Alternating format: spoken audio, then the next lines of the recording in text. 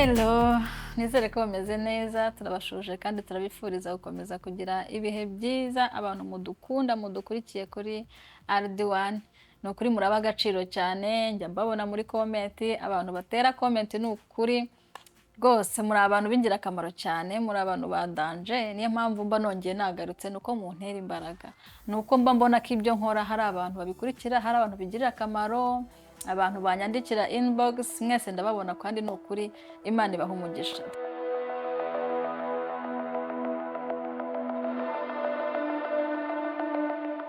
Twongeye twagarutse rero mu iki kiganiro, ndi kumwe n'umusangwa w'umutumirwa, byose bivanze, dukorana kenshi, yitwa Tuyishime Evangeline. Evangeline, ikaze nanone. Murakoze cyane.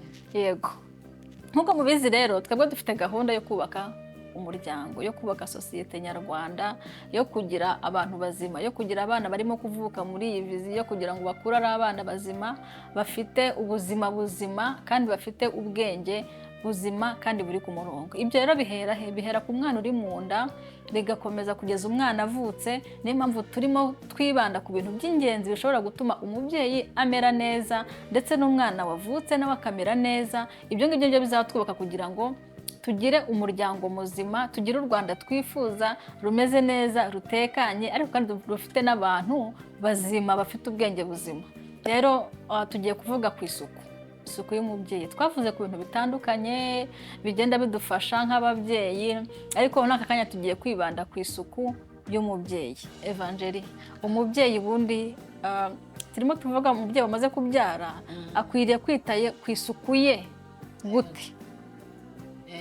Umubyeyi umajije kubyara aba akeneye isuku cyane, kuko hari ibintu byinshi aba yatakaje.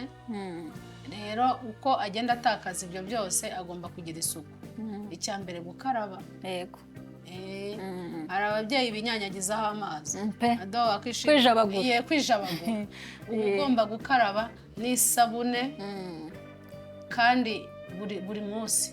Ni ukuvuga ngo umubyeyi akaba akaraba mu gitondo, saa sita agakaraba, ndavuga uwabyaye, saa sita agakaraba na nimugoroba. Urumva ni gatatu ku munsi. Yego, kandi agakaraba atijabagura. Agakaraba nyine agatindamo. Agafata umwanya rwose agakaraba abyitayeho, agakaraba bya nyabyo, apana kwinagaho amazi ngo usohoke ugenda. Ikindi akambara imyenda ifuze. Ukambara imyenda ifuze, wa mubyeyi we utambaye imyenda ifuze ushobora kurwara ama-infection. Nta n'icyo uba wakoze. Yego, nta kintu uba wakoze. Ushobora gukaraba, yego, nk'uko tubikubwiye, ariko ukambara imyenda isa nabi. Rero bishobora kuvamo izindi ngaruka zishobora gutuma igihe cyawe kizaza n'ubundi izo ndwara gukomeza zikagukurikirana. Kandi ikindi buriya n'amashereka, buriya sinzi nimba nawe ujya ubyumva, amashereka ari ukuntu adahumura neza, uza rero nk'umwenda yagiyeho. Niyo mpamvu bavuga ngo bisa umubyeyi ahite. Ahantu umubyeyi nimba yonkeje, amashereka akaba yagiye yamugiye ku mwenda, uwo mwenda ntakarabe ngo awuhindure, akawirirwana umunsi wose. Uwo mubyeyi yakunyuzeho mw'abantu, uravuga uti mumureke, bisa umubyeyi. Ako niko gahuyu babyita iki? Ngenzi ko babyita bisa umubyeyi ahite. Nyine uhita wibwiriza ukamureka, kubera nyine iyo odera aba afite, iyo akugeze iruhande ntabwo yirirwa akubwiriza, uribwiriza. Rero ntabwo ibyo ngibyo bikwiriye. Umubyeyi akwiriye kuba agira isuku, akiyitaho, agasa neza. Ikindi ndashaka ko tubwira, urabona nk'umuntu babazi cyangwa se umuntu bongereye, ko abantu babyara mu buryo butandukanye. Urumva hari ahantu akwiriye ubundi kuhakora isuku gute? Reka tubanze ku mubyeyi babaze. We ngira ngo ababyeyi barabizi, ntabwo aba yemerewe gushyiraho amazi. Kiba kizira. Ushyizeho amazi ubwo ni ukongeraho agaciro. Rero uburyo ki uba ugomba kuhakorera isuku, kuko naho ntabwo wakaraba ngo uhasige. Oya, ntabwo wakaraba ngo uhasige. Ubwo ngiye kuvuga ku ruhande rw'abantu basa nk'abaciriritse, kuko abantu bose hari ababagwa baciriritse n'ababagwa bafite ubushobozi. Abafite ubushobozi bafite icyo bakoresha. Abadafite ubushobozi rero ufata agatambaro gasa neza, ukajya ufata utuzi dushyushye ukagenda uhakarabye kugira ngo hatazamura impumuro mbi kuko nanone iyo hatarafatana neza iyo utakoreye isuku hahumura nabi rero bisaba agatambaro gasa neza ubwo ndabara kubaciriritse ukagafura ukagenda ugahanaguzaho utuzi dushyushye noneho kubabyaye neza rero sase hari ukuntu bavuga ngo umuntu ashyiramo n'umunyu muri utwo tuzi ngo ushyiramo n'umunyu ni ukugira ngo igikomere gikire vuba gushyiramo umunyu ni ukugira ngo igikomere gikire vuba niyo mpamvu ushyiramo umunyu kugira ngo ahite hegerana kuko urabizi ko umunyu uryana rero iyo ukuriye yego ku gisebe haregerana hahita hegerana sinzi niba hari ababyeyi babikoresheje ngo bumve ukuntu umunyu uryana bazatubwire muri comment niba ari cyo byabafashije birafasha ariko murabizi ukuntu umunyu uryana rero ku babyeyi babyara tubyita no kubyara neza nyine kuko nibwo buryo bundi Imana yashyizeho buri normal ariko ubundi kubyara neza ni uko ufite umwana muzima ntabwo uri muzima ahubwo njye hari ikintu nibaza none ubwo bongereye we ko biba ari igisebe ariko si ubundi nyine byose ni ibisebe ku bisebe baba bakubaze ni igisebe baba bakongereye ni igisebe kandi ubundi akenshi kirababaza kurenza kandi icyo hasi cyo kitabwaho cyane kurenza ibindi byose rero hari ubundi ku muntu wabyaye neza we urumva we bitandukanye n'uwabazwa uwabazwa we arafata agatambaro agahanagura umunyu abanahareba mu buryo bworoshye noneho ibaze guhanagura ahantu utareba no gushaka indorerwamo yego kandi kugira ngo hantu naho bagize bongereye hongere haterane kuko baba barahadoze bisaba noneho isuku yo ihagije ntabwo ari ukuvuga ngo urakaraba mu gitondo ngo wongere ugere saa sita uko byasa kose hantu usanga hazanye indi oderi mbi rero bisaba kuhitaho uhahanagura naho bisaba utuzi dushyushye kugira ngo ugende uhakanda hasi ho bisaba gukanda kugira ngo hagende hegerana umwana basa nkaho kandi ukabikora unahitayeho uhareba ureba akantu ku kandi apana gushyiraho ukuboko gusa urimo kureba ibyo urimo gukora cyane ufata indorerwamo ukajya ureba nyine kugira ngo ubone ukuntu hakanda uhegeranya uhahanagura ahubwo ubure wari uzi ko iyo ushyizemo isabune biba ibibazo ariko nino gusanzwe hari ahepfo ntabwo ugomba kuhakaraba isabune yego rero hari abantu batabizi ababyeyi batabizi bazi ko umuntu wenda birashoboka ko twaba turi no kuvugana n'abantu batarashaka yego da bari hano barahari cyangwa se ukaba waranashatse ariko ibyo ntabyo wari uzi utari unabizi ugapfa kuba warakarabaga bisanzwe hari umumama yageze kubinganiriza arambwira ngo mbere yajyaga mvashyireho isabune nk'inshuro nk'eshatu nkuko uvuga ngo urashaka ko hasa neza nyine hagira isuku yayindi ya nyayo mvura usabune akarumarirayo ariko nyine yaje kubimenya nyuma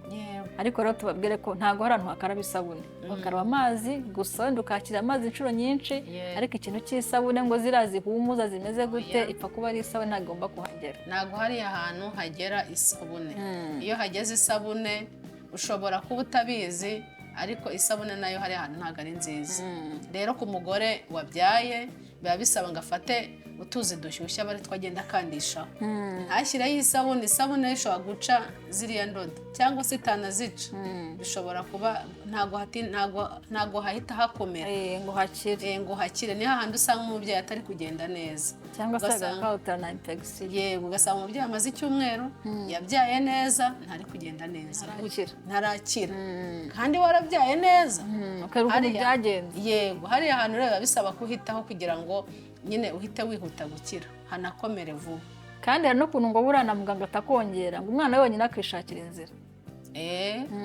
ngo biterwa n'umuntu ngo ufite ngo umubiri ugize woroshye yego umwana akaza nyine akishakira inzira nk'ibyo byose rero biba bisaba we mubyeyi kwiyitaho n'ubundi biba bisa n'undi nk'aho bahabaze kuko inkovu iba ihari inkovu iba ari inkovu inkovu iba ari inkovu iba igaragara kandi iriya nkovu iraryana yego hanyuma noneho ndagira ngo tubwire ku kintu cyo gukaraba intoki ese ababyeyi mu by'ukuri babyitaho kuri bivuga ngo umuntu nimba agiye konsa akarabe mu ntoki buri uko agiye konsa urabizi urinje umuntu arwonsa inshuro nyinshi ese ibyo bintu ababyeyi mu by'ukuri babyitaho akavuga ati akitwareka buri munsi uko agiye konsa buri kanya kagiye konsa akavuga ati reka nitwereke nkarabe intoki neza kandi n'amazi meza n'isabune ntabwo ari ukoga gutya kujabagura gutya mwe twavuga ngo uhite urekera aho ngaho n'ubundi umere nk'aho wiyanduje ahubwo ababyeyi benshi ntabwo bakunda kubyitaho bafata nyine agafata umwana ahita amwonsa kandi babyeyi ntabwo bikwiriye, biba bisaba niba ugiye guterura umwana ugiye kumwonsa ubanza ukarabe ubone kumwonsa. Yego ziba ari inshuro nyinshi, hari abavuga ngo ntabwo babyiviramo ariko ni ukubivamo kuko ni inshingano z'umubyeyi, ni ukubivamo. Rero abantu batabikora mu bagerageza, biragoye ariko babikore. Ikindi kandi ntabwo umuntu aba agomba kwinubira rega ikintu akorera umwana, nishaka ziba inshuro 1000 ikintu kivuze ngo ku mwana wawe, buriya ababyeyi cyane nabonye bakunda abana babo ku buryo ikintu cyose uvuga ngo umwana wanjye kiramugirira akamaro uba wagikora utiganda utaninuba. Ikindi kandi gukaraba intoki bikwiriye kuba umuco. Hari abantu babikoze cyane kubera korona. Muri korona nibwo twamenye gukaraba intoki cyane, ugasanga nibyo bintu bishishikazwa gukaraba intoki, ariko kandi ntabwo dukwiriye kubikora kubera korona, ahubwo twakabaye tubikora kubera ko ni isoko y'ubuzima. Isuku irinda indwara nyinshi, isuku ni isoko y'ubuzima, isuku nicyo kintu kidufasha kugira ngo za mikorobe tutazirya. Ikindi nshaka kuvuga, abantu baza kureba impinja bakazikora mu ntoki. Ibintu ntabwo bari bikora kuko umwanda wose uzanye uraza ukomora mu ntoki z'umwana, kandi umwana hari abana baba batangiye kurya intoki ugasanga umwanda urawuzanye uwuhaye umwana mu ntoki ze, umwana arazitamiye n'umwanda ari hahandi nyine navugaga. Niyo mpamvu umubyeyi we akwiriye kureberera nyine umwana we, akamenya se umuteruye, yamara kumuterura akamenya ngo arakarabye umwana, kuko ubwabyo niyo yaba atari wa mwana urya, wa mwanda umusigaraho. Reba igihe wazarindirira gukarabya umwana, igihe azakarabira ni ryari, urumva harimo undi mwanya. Rero biba bisaba kwita ku mwana cyane kugira ngo ubonye umuntu amuteruye. N'ikindi abantu babimenye kuza ukorakora ku mwana mu ntoki nabyo ntabwo rwose abantu bakora abana mu ntoki cyangwa ku matama akana oya, cyangwa akamusoma. Abantu basoma abana rwose oya, ntabwo ari ibyo byo kuza usamagura umwana. Nyine nabo ubwabo nyine babimenye, ntabwo biba ari byiza kugira ngo nyine isuku yimakare, twimakaze isuku. Rero biba bisaba kugira ngo buri muntu wese abyiteho, abigire ibye. Kandi nawe mubyeyi kurikirana urebe umwana wanjye yafashwe nande, byagenze gute.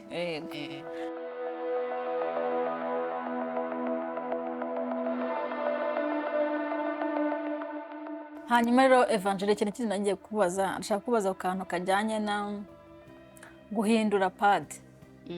Ese ubona ababyeyi mu by'ukuri ako kantu barakibuka, cyangwa ujya ugenda mu nzira ukumva ka kandi bavuga k'agahuyu, kwa kundi umuntu agucaho ukajya kumva ariko hari akantu utarimo gusobanukirwa neza, rero ugasanga ni uko atahinduye padi. Bya bintu byo gukaraba twavuga ngo niba atakarabye none na padi ntabwo yayihinduye. Ako kantu uko ukabona gute muri iyi minsi? Abagore benshi barabyibagirwa. Ni urugero, akambara padi agahera mu gitondo kandi yabyaye akageza nimugoroba, n'amaraso aracyari menshi. Ariko nyine ni hahandi nyine umwuka uba ari mubi, wamunyuraho nyine ukumva hari icyabaye. Noneho nko mu rugo wajya ugiye nko kumusura umva nyine ntago, kandi yari ari mu rugo yakabaye akaraba ka gatatu ku munsi twavuze, yakabaye agakaraba. Erega niyo amaraso akiri menshi na kane wagakaraba kuko uba ufite umwanya. Si uko se ufite umwanya uri mu rugo, rero kuvuga ngo amaraso yabaye menshi ugiye gukaraba mu kanya urahinduye. Noneho hari n'abakaraba akanga guhindura, akavuga uti padi zirashira, ni ukuzirondereza, akazirondereza kugira ngo zidashira. Ni nk'uko hari n'abatambara padi, bakora utuntu tw'udutambaro. Ibibindo biracyabaho, biracyabaho. So ubone hari abantu uko byasa kose, hari abantu batabona amafaranga ya padi, cyangwa se akaba yanayabona ahubwo ntasobanukirwe se nyigure, akumva nyine ni nk'ibintu bisanzwe kubera ko yimenyerereye udutambaro. Ariko banumva padi zikenewe ku muntu. Ariko padi zaranahenze, ubonye ko bazongereye. Barazongera ariko zirakenewe, bongereye igiciro. Ariko byamera kose umuntu agiye kubyara ugomba kwitegura cyane, ugategura n'ibikoresho uzakoresha cyane. Rwose padi ni ingenzi, ugomba kuba uyifite ukagura nyinshi ku buryo ikintu cyo kurondereza Evangeline natubwiye kitazabonekamo. Ukitwarika ugahindura buri kanya, ku buryo ntajya umuntu uzana kugusura atumva ko kakawoderi, cyangwa se niyo atanagusorega nawe ubwe ku giti cyawe ugomba kwigirira isuku ugasa neza. Hanyuma isuku iyo uyirebye muri iki gihe muri rusange ujeneralije ubona wenda aho ugenda aho utambuka se ubona nko ku babyeyi b'iki gihe muri rusange tuvuga ngo ukaraba intoki kugira gute ngo utangire ubitandukanya akantu ku kandi ubona ari ikintu kimaze kugira aho kiva n'aho kigera wenda ukurikije mu minsi yatambutse n'ubu ngubu uko tumeze ubu ngubu ubona hari aho byavuye n'aho bigeze cyane cyane ku babyeyi ko niba turimo kwibandaho muri aka kanya ukurikije mbere uba ubona ko abantu bari kumva ababyeyi bari kugenda babyumva n'iyo ugeze kwa muganga urabibona ko ababyeyi bari kubyumva ukabona ko nyine bari kugenda babikurikiza mbere nyine wabonaga nta kintu babyitayeho ukabona nyine bari kubivuga ukagira ngo barimo barabibwira abandi bo mu kindi gihugu ariko ubu ngubu urabireba ukabona isuku irimo iragenda isa nk'itera intambwe abantu barimo barabyumva kandi cyane ko abantu bashishikariza isuku ari benshi batangiye kubivugaho cyane batangiye kubyigishaho ariko mbere umuntu yumvaga isuku ari iyabo ngabo nyine b'abakire gukaraba buri munsi ari iby'abakire amapadara y'abakire ariko ubu ngubu n'uciriritse nawe aragerageza akayigura nabaga bati sinabyiviramo ndaba mvuye guhinga senze nkarabe nongere nsubireyo ugasanga arabireze none se ubundi ubona ubundi isuku igira akahe kamaro ubundi kuba iki twakabaye tugira isuku nk'ababyeyi idufitiye akahe kamaro ni izihe nyungu dufite kuba twagira isuku isuku hari indwara nyinshi zituma iyo ufite isuku utarwara hari indwara zizanwa n'umwanda rero iyo ufite isuku hari indwara zitakugeraho ikindi nk'ubwo hari indwara ushobora kwandura kubera ko wagize isuku nkeya ukibyara ugasanga iyo ndwara niyo wayivuza biragoye cyane kugira ngo ikire kubera ko yinjiye mbere kandi yinjirana ubukana rero biba bisaba kugira ngo ugire isuku kugira ngo ugire ibyo wirinda cyane ko na leta irabidushishikariza rero kugira ngo ibishishikarize abantu ni uko yabonye ko hari ibintu byinshi isuku imaze ku muntu kandi uba ubona pe isuku irimo iragenda ifite indi ntera biragenda biza ni ukuvuga ngo hari aho twavuye hari n'aho tugeze bagenda badushishikariza n'ibigane mpamvu tuba tubikora ni ukugira ngo ababyeyi barusheho kubyumva barusheho kugira isuku ariko se noneho ni iki twakora kugira ngo turusheho wenda hari aho twavuye n'aho tugeze muri aka kanya ariko se none iki twakora kugira ngo turusheho kwirinda indwara zituruka ku isuku nkeya ni ugukomeza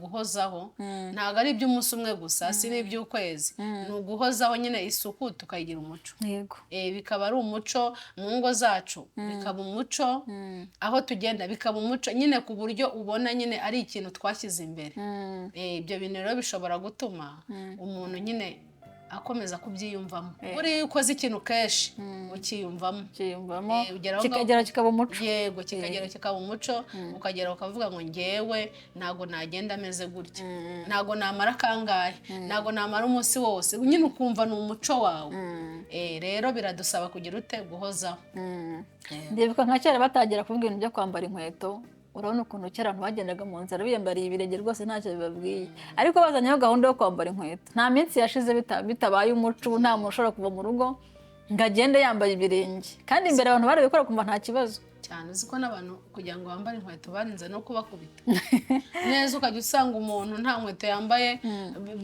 harimo abantu bari kugenda bakubita abantu batambaye inkweto ariko buri muntu wese yabyiyumvishamo nyine yumva ni ngombwa kwambara inkweto ni itegeko none n'ukuntu kera ubundi wabaga wambaye inkweto uvuga ngo uri umwana ngo uw'umwirasi ngo w'umukirata waba unazifite ntuzijyane kwiyemera waba unazifite ntuzijyane nyine ugasanga ahantu hose ugiye niwe wenyine uzambaye nawe ukagira isoni ukazikuramo ariko ahubwo ubu ngubu uramutse wambaye ibirenge ushobora kugira isoni wazigira abantu bajya gusura umuntu ukora icyambaye ibirenge habaye iki rero nyine biradusaba n'isuku kubigira umuco buri muntu akabigira ibye kandi bitari iby'umuntu ku giti cye no kubishishikariza abantu nyine hakaba inuze abantu bakabimenya bakumva nyine ni ibintu nyine by'umuntu akabimenya ko icyo kintu agomba kugikora cyane ko ubuzima budafite isuku buba bupfuye niyo mpamvu ubona n'imvunja zaracitse ubu mwana w'igihe ntabwo wambwira ngo imvunja ni iki ngo amenye icyo ari cyo ntabwo yakimenya. hari abana mu magingo hari abana batazi imvunja, yego pe, ushobora kubabwira ngo imvunja akumva nyine ni ibintu biri aho ngaho ntazi ibyo ari ntabwo azi ibyo ari byo. rero hari ibintu bimwe na bimwe bizagenda bicika kubera isuku. Gake gake uko tugenda tubwira abantu, uko leta igenda idushishikariza, bizajya bigenda bigabanuka gake gake. Hanyuma rero ndagira ngo udufashe kumva neza, ese nk'umubyeyi turi kuvuga ku isuku y'umubyeyi, ariko se wenda tuvuge nimba isuku itagenze neza, akagira wenda nk'indwara arwara iterwa n'isuku nkeya, ese ni ryari akwiriye kujya kwa muganga? Yaba yabonye ikimenyetso kimeze gute ku buryo avuga ngo aha noneho ndabona atari gusa, ndabona harimo ikindi kibazo, reka njye kwa muganga? Icyo gihe byaba byagenze gute? Ni nk'ikihe kimenyetso mpuruza ku mubyeyi? Intuze ku mubyeyi hari indwara ziba zihari ziterwa n'umwanda, wenda kutiyitaho. Njye mbyita kutiyitaho, kutikurikirana ngo ugende ukurikirana ubuzima bwawe. Rero hari ibimenyetso mpuruza. Buriya n'umugongo wa hato na hato nawo hari igihe uterwa n'ama-infection. Ikindi buriya umubyeyi, ababyeyi twebwe tugaragarira cyane mu myanya y'ibanga. Niho cyane uhita ubona umubyeyi nyine agize, ugahita ubona havutsemo ingaruka, ukabona nyine ntabwo byoroshye. Ubundi indwara zacu isuku yacu cyane uba usanga aho ngaho ariho ihita ifata cyane, niho umuntu aba agomba kwibanda. Yego, sinzi impamvu ari ahantu indwara ihita ifata ku buryo hagera neza ibimenyetso bigahita bigaragara. Rero n'umugongo wa hato na hato nawo hari igihe uterwa n'ama-infection.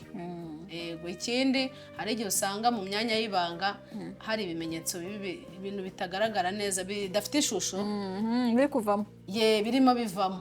Rero icyo gihe biba bisaba guhita ujya kwa muganga. Yego, bakagufasha, hari imiti baba batanga kugira ngo nyine wongere umere neza. Ariko cyane isuku abantu bayiteho.